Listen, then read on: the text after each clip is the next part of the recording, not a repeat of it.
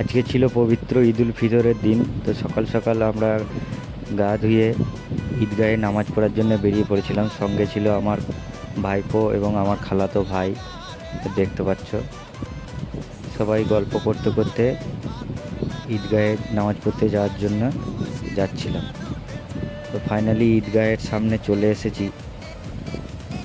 চলে এসে এখানে দাঁড়িয়ে বুঝতে পারছিলাম না যে কোথায় জুতোগুলো খুলবো, কারণ ঈদের নামাজ পড়তে গ্রামের সমস্ত লোক এক কাছে একত্রিত হয়ে নামাজ পড়ার জন্য ঈদগাহে এসেছে। তো সেই জন্য জুতোটা কোথায় খুলবো সেটাই দেখছিলাম। তো একে একে লোক ঈদগাহের নামাজ পড়ার জন্য ঈদগাহের ভিতরে ঢুকে পড়ছিল।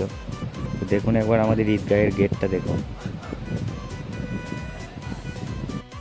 এত বড় ঈদগাহের গেট, এত বড় ঈদগাহ আশেপাশে কোনো গ্রামের মধ্যে নেই। তো ফাইনালি আমরা ঈদগাহের ভিতরে নামাজ পড়ার জন্য বসে পড়েছি এবং এখানে হাফেজ সাহেব বক্তৃতা দিচ্ছিল যে ঈদগাহের কিছু কাজের জন্যে যে যা পারবে মুক্ত হস্তে দান করতে।